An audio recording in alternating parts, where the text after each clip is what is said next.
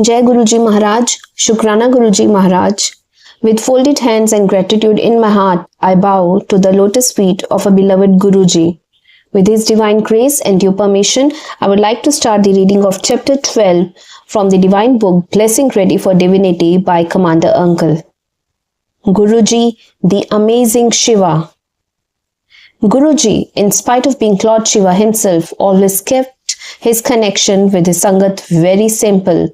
In a way though, it was nice, for if he had not interacted like a human, we would have not been able to approach him so easily. If he had let us know of his true self, a relationship with him would have become unimaginable for a lesser mortal like me. He was a guru and also a father, the head of the family, the ever-loving mother.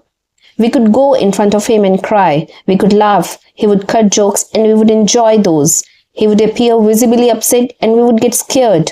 By coming down to our level, he made it possible for us to relate with him. Now we know better, principally because the new Sangat has shown us and taught us all the while that Lord Shiva himself sat on that asana. Of course, there were inklings of who he was. Once, a devotee who had been a childhood friend of Guruji spent an evening with me. He told me an amazing story of Guruji's early student years. They were giving an exam together in class. A boy stopped writing as there was no ink in his fountain pen. A very young Guruji looked at him, asked for his pen, blew at it, and the pen started writing again. The teacher saw what had transpired and suspected the kids were trying to exchange information. He asked them what they were talking about. Guruji told the teacher exactly what had happened. The teacher straightaway took Guruji to the principal, who gave Guruji another pen and asked him to fill it up. Guruji did just that, to his considerable astonishment. My takeaway is that our Guruji did not acquire these capabilities through some kind of sadhana or tapasya. He was born divine. He was an avatar, a descent of Godhead into a human body. He did not become enlightened or attain self-realization. He is forever Shiva. Few personal instances of his divinity happened with my wife and me. There are instances we can only term supernatural as way beyond the scope of human understanding. We are privy to instances that make the laws of physics look foolish and appear to defy the known theory of time and space. Instances that mocked at the foundation of all natural laws. Cause must come before effect.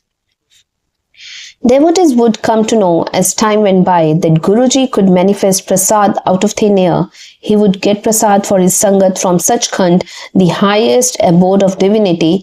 I came across devotees who had the great fortune of partaking of this prasad and shared that experience to us as a satsang. I would often yearn for this blessing from Guruji Maharaj myself. One night, as I was sleeping, I had Maharaj's darshan. He gave me a sweet, likely a burfi. He was sitting on a chair with a table in front. He told me to take the burfi, but not to finish it completely and to keep it for later. He instructed me about when that prasad would be used. Though it was not a Saturday, I still decided to visit Empire Estate the next day and have Guruji's darshan. My wife was content with her Saturday routine and decided to give it a pass. A few other devotees agreed to accompany me. We were all in the mandir on that day. Halfway through a Shabad, the music stopped. Somebody whispered in my ear that Maharaj was going to distribute divine prasad. I had goosebumps. My dream was about to come true. Guruji's hands were folded a little above his forehead, and then out of nowhere, a sweet appeared in his hands. It was a small peda. There were around 250 devotees present that day. Colonel Joshi uncle told the Sangat seated in the rear, which included me, to go to the first row and wait. Very reluctantly, I moved to the first row, thinking that the little quantity of prasad would be finished much before my turn. That thought made me sad. I wanted to stay back. I wanted the divine prasad. The previous night's dream was still fresh in my mind. I sat there with Garewal uncle seated by my side. I made my apprehension known to him. that I was fortunate enough to be present when divine prasad was being produced, but it would be over by the time my turn came. That was not fear. He pressed my shoulder and said that if even the whole of Delhi showed up, the prasad would still not finish. I would get it, he proclaimed. Minutes later, the Sangat from the first floor was called down and we queued up. I saw an old devotee beside Guruji holding the prasad carefully on a white handkerchief spread over his hands. When my turn came, Maharaj gave me a substantial amount of prasad. I'm sure if everybody had that much prasad, it would have been finished among the first 20 devotees. But the entire Sangat had that prasad and half of it still remained. That portion was given to the devotee holding the divine prasad in his hands. He was asked to take it home as his blessing. Partaking the Sachkhand Prasad was not like eating anything else. As soon as it was on the tongue, its effects were felt all over the body. As I put it in my mouth, it instantly reached and cooled my entire body. The prasad was full of fragrance. I had a little and, as advised by Gariwal uncle, took home the rest. I remembered my dream, shared a bit within the family, and kept the rest as instructed. Even all these years since, it continues to be the most precious benediction we have at home. I await Maharaj's instructions for what to do with it. It is a truism for us devotees that anybody who gets Maharaj's divine prasad is blessed. My doubts, if any, were dispelled by Garewal uncle. Those days, we always found ourselves sitting together on the first row where the old Sangat sat, while the new ones caught an opportunity to be seated in front of Maharaj. On one occasion, Maharaj was seated on the cabinet next to the kitchen in his informal attire. As we both arrived, one after the other, I bowed my head, received his blessings, and took my place on the first floor. Garewal uncle also came up and sat next to me. Garewal uncle told me, "Commander, Guruji has blessed you." He told me what had just happened. Guruji had said, "Tere dost ka kalyan kar ditta. I have blessed your friend." He didn't understand the reference to the friend, so he asked Guruji, "Keda dost, Guruji?" Guruji said, "O tera dost, Commander. Could there be a bigger blessing for me than this?" With his continued blessings, I have become a better and improved version of my earlier self in every possible way. I can't take any credit for being who I am and doing what I do. We, the Sangat, are Guruji's blessings on display. On our own, we are good for nothing. For him to bring about such transformation is only possible because he is Shiva, the Lord who can rewrite destiny. The production of the Sachkhand Prasad is but one example of his divinity. What my wife experienced at Bade Mandir on another occasion was literally out of this world. Her experience, difficult to grasp at the time it happened, clearly shows how his divinity is everywhere, acting in several dimensions, different realms, all at the same time. Nobody ever gets elevated spiritually without an element of suffering. It is essential. If we are not suffering, we are getting nowhere. When we are enjoying life, when we are enjoying the physical world, we are essentially spending money from our bank account. But when we suffer, we put money back in our bank account. That is why only a poor, weak or sick person is in a position to bless others. Likewise, the elderly who are suffering the physical infirmity that time brings also acquire the ability to bless. When we take care of them, we receive their blessings. Our parents can bless us, our elders can bless us because they too have endured suffering. The rich and famous can't bless us. Remember, a blessing is something which one can only give if one has it. Suffering empowers us. With suffering, our karmic bank account swells and that can be shared with others. Never look at suffering unwelcomingly.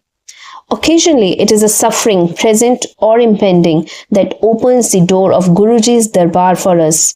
If we suffer even as Guruji's Sangat, be rest assured that it is a part of Guruji's plan to get us rid of our karmas and make us a worthy Sangat. Guruji and we are in this process together. We suffer but a fraction of our dues while Guruji takes on the remaining majority of the suffering upon himself. All this while he won't leave our hand no matter what he has to do, what he has to endure and how much time it takes. He will make us blessings ready. For some, this whole process may take just a minute. For others, it may take 100 lifetimes. But happen it will. And in this journey of life and beyond, the Guru is forever going to hold our hand. The following experience of my wife will clarify this point further.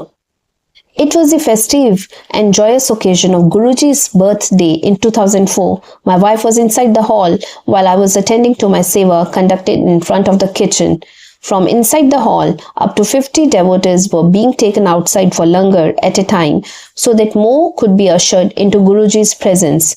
Suddenly, the kitchen paused, serving langar temporarily. Simultaneously, a large number of devotees landed from Punjab and entered the hall.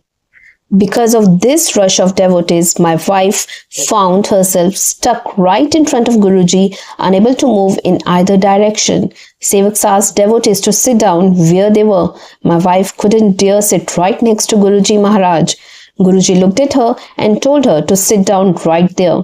Guruji himself removed his juttis and sat cross-legged on the asana, thus creating additional space for her to sit comfortably. As she sat, she was pushed further towards Guruji by the devotees from behind. Guruji's sacred juttis touched her right knee. She was so close to Maharaj. Great blessing.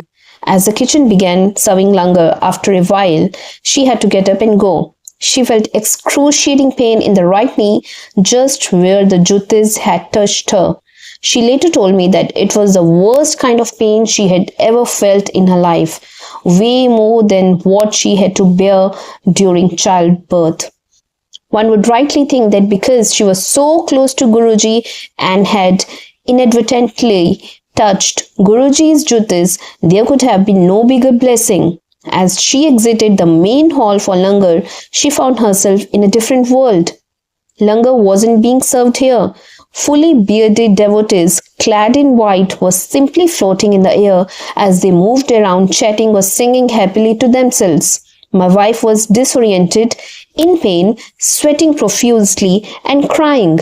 Resting her head against a wall, my wife began looking for me. She approached one devotee who appeared familiar and asked him to look for me and convey that she was sick and in urgent need of medical attention.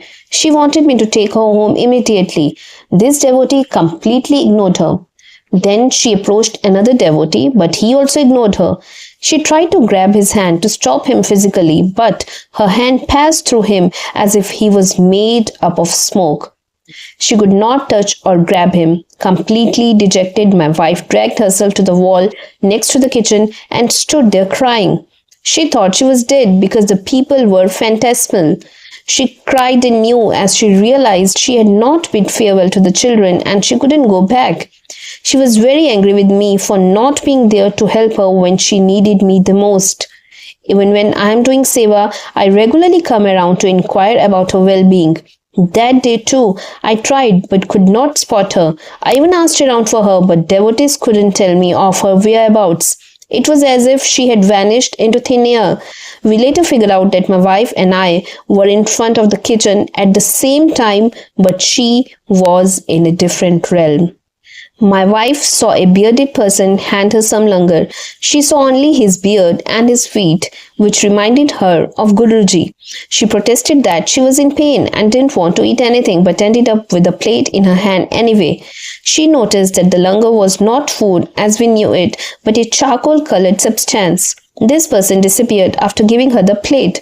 Realizing that his feet resembled those of Guruji's, she somehow persuaded herself to eat whatever that langar was.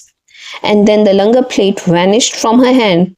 She felt like vomiting but did not want to do so in front of the kitchen area and thought of going to the washroom but was unable to walk. Yet, as she thought about going to the washroom, she was there. She vomited some black substance. Guruji only knows what it was. Immediately after, she found herself back in the normal plane of things. The washroom was as it used to be. The whole area where she had this experience had been snowy white with everybody in white clothes. It had now dematerialized and she was back in the mandir. She came out of the washroom and the pain was gone. She walked but was sweating from head to toe. She came looking for me and sat on the steps leading to the main Darbar hall. At around 2 a.m., I finally found her there. She looked sick and miserable. I got really scared. At that moment, all that she wanted was to go home. I explained that I could not take her home without Guruji's permission. I, like other devotees, had the conviction that we were always safe inside the mandir. She protested, but I reiterated that we would go home only after receiving Guruji's permission. Even though I did not know what she had been through, I knew she was safe inside the mandir with Guruji. She protested that Guruji would hold me back for another hour while she would be suffering. I went inside and Guruji instantly granted me permission. He obviously knew. We drove back home. My wife woke me up the next morning with a cup of tea and my reaction was to ask her to rest. She said there was nothing wrong with her and that she was fine and pain-free. She told me what had happened, yet I was none the wiser. We have always wondered what this experience meant. We had known that Guruji said his other world is white, so I believed she had gone to Guruji's afterlife world and came back. We could only make some sense of this experience after we heard a devotional shabad that elaborated on how satsangs are significant. This shabad's key line is, ऐसी लाल तुझ बिन कौन करे, गरीब नवाज गुसाइयां मेरा माथे छतर धरे. The Vyakhya or explication of this Shabad tells how the king of Mandi became a follower of Sri Guru Arjan Dev Ji Maharaj and would visit him for darshans and satsangs. One day at the camp of the Guru Maharaj, he heard a devotee hymning a verse which said that what had been decreed could not be overwritten. The king asked Guru Maharaj if no alteration or mending of destiny was possible. If we had to go through the effects of karma, what was the point of satsangs? Guru Maharaj deferred answering him that day and the king went back to his palace. That night the king had a dream. He saw that he had become a sweeper in his next life and died in poverty, leaving behind his wife and children. The next day, Guru Maharaj took him for a ride on horseback to a village. The villagers reacted with amazement and some indignation at the king's presence. A sweeper who looked just like the king and was of the same age had passed away the day before. They were annoyed that now he was traipsing about in royal robes instead of taking care of his family. His wife and children also couldn't accept him as king. The king maintained he was the king of Mandi, even though he felt sorry for the plight of the family. The villagers insisted he was the recently deceased sweeper. The Guru stood apart smiling, and when the problem came to him for resolution, he asked the villagers to dig up the sweeper's grave. If a body was found, it would quite conclusively prove the sweeper was dead and that this was not a masquerade. And so it was. The body of the sweeper was indeed found in the grave. As Guru Maharaj and his royal follower rode back, the king again wanted to know the benefit of attending a satsang. Guru Maharaj told him that he had just experienced the benefits. Guru Maharaj explained that in the life to come, the king had to be born as a lowly sweeper and live up to 35 years, getting married, having children, and passing his days in penury. But because he had come to the Sadguru or Puran Guru, one entire life cycle of his misery-causing karmas had been washed away through a single dream. The karmas had to be born, but through the supreme grace of the Sadguru, those karmas were made to give their fruits in a dimension where suffering was made unreal. As Guruji also used to say, Shul ko sui bana diya, that is, the terrible suffering was lessened to as little as a needle jab's worth of pain. We understood that my wife had also gone through an experience in a dimension where Guruji had converted and truncated her suffering to just a few hours of pain and traveled to his other abode. Such is our Guruji. There is nothing beyond him and can never be. As Shiva, he enjoys complete freedom. There is none that can thwart his will. He obeys no human strictures related to social modes or conduct. He only adopts these to please and bless his devotees. witnessed Shiva's marriage to Mother Parvati, where he dropped his ascetic dress code for that of a groom. Similarly, Guruji too flouted the conventional norms of attire associated with saints. Even small incidents shows his overlordship of all the lokas, all the different dimensions of existence. During a major function at Bade Mandir, there was a sudden influx of sangat requiring additional langar preparations. I was asked to go and procure some wheat flour. It was 1 o'clock at night. All the shops had closed. Accompanied by another senior sevak, I went looking for wheat flour. When the Guru gives a seva, the Guru also creates a situation where that seva is indeed fulfilled. This is the beauty of faith. We stopped at a small house where an elderly lady was sleeping outside on a cot. With folded hands, we addressed her as Grandma and simply asked her for flour. She told us to pick up 2 bags from inside her home. We were complete strangers and didn't even have money to pay her at that time. We told her we would settle the payment the day after, and she said that was okay, and we were back at the satsang in 10 minutes. This satsang may on the face of it appear trivial, but behind the successful completion of this seva is the Guru's large and overpowering presence, always reminding us that he is with us. We do not need anyone else in our life. He is all that we need. All we have to do is have faith in him. We did not question even for a second that we would not find wheat flour at that odd hour. I am sure that Grandma also received Guruji's blessings that day. Similarly, during a Diwali night at Empire Estate, Guruji Maharaj decided to distribute sweets to the Sangat as prasad. He asked the sevaks to get hold of some mithai.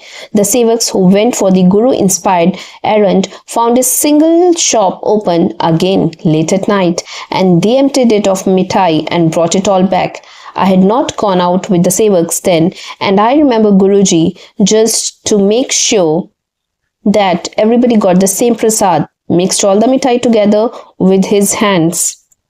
Everybody got everything, and that too in the huge quantity that was a pointer to his boundless generosity. Maharaj always gave us a lot to eat. The other thing he gave us in heaps was his grace. That Guruji is Lord Shiva should now be evident. One of the foremost characteristics of Shiva is his compassion. His love is such that he takes others' sufferings upon himself.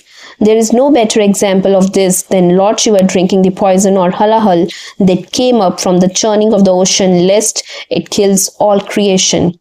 All the gods drank up the amrut or nectar of immortality. As a supreme yogi, he keeps the poison in his throat, not allowing it to come down to his belly, where all the worlds reside. Ever since he has been known as Neelkant or the blue-throated one.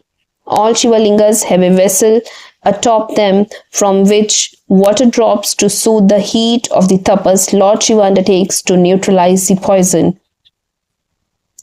The readiness and ease with which Guruji took his devotees' problems upon himself are legendary. Just like Lord Shiva consumed the poison, Maharaj drew away the poisons of our life.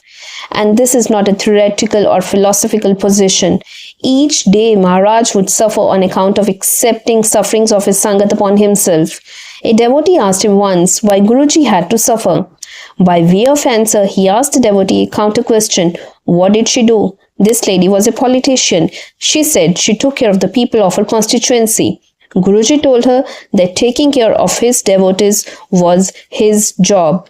This is God's job. This is the job of the Guru, to alleviate his Sangat of their pain, suffering and their problems. In fact, even devotees come to partake of the Shiva Tattva when they are compassionate and ready to help others or try and ease their suffering. There is another parallel between Guruji and Lord Shiva. Shiva is a consummate yogi. He is in Samadhi even when he is in the world. He does not need a separate time or dimension to be meditative. Resultantly, his body is of pure light and it also generates heat. Devotees should know that the kitchen cabinet, a shelf space outside the kitchen on which Guruji sat informally, was affected similarly. The intense heat of Guruji's aura blackened the varnish. It was there for all to see. Another sign of the divine guru, no matter what the weather, Guruji would take a freezing iced sweet lemon drink, as related in the chapter on him coming to Gurgaon in January. Once Ma Parvati asked Lord Shiva how is he to be pleased. He said he was not easily pleased with yagyas, rituals, and exoteric acts. He simply wants love and devotion. Give him that and Bholenath becomes the beloved of his devotees. Same is the case with Guruji. He took his devotees away from all hypocrisy, pakhand, and only wanted sincerity of action and devotional longing. As Shiva, Guruji ignores the deficiencies of his devotees and stands by them. He blesses everybody, no matter who they are and what their standing is. He doesn't pick and choose, he grants them refuge at his feet. The overriding qualification is the love for him. His stories are many. He himself is infinite, as the scriptures say, Hari Ananta, Hari Katha Ananta. Don't try to understand Guruji, just be happy. When you have Guruji in your life, there is no need for you to compare destinies with anybody else. As far as the Sangat is concerned, they are here with Guruji and they will always be with Guruji. Guruji used to say that my Sangat is with me here in this earthly world and with me in afterlife as well. Who else can give us this assurance but God Himself? We are not going to be lost ever. We will always be with our beloved Guruji. Stay blessed as always. Be with Maharaj and always live under the umbrella of his blessings. With this, I would like to conclude today's session and would like to invite you to the reading of next divine chapter from the divine book Blessing Ready for Divinity by Commander Uncle. First and foremost, I would like to seek forgiveness from our beloved Guruji for the mistakes in the narration of this divine chapter. I would also like to seek forgiveness from each and every one of you for the same. Thank you, Guruji, for everything. Thank you each and every one of you.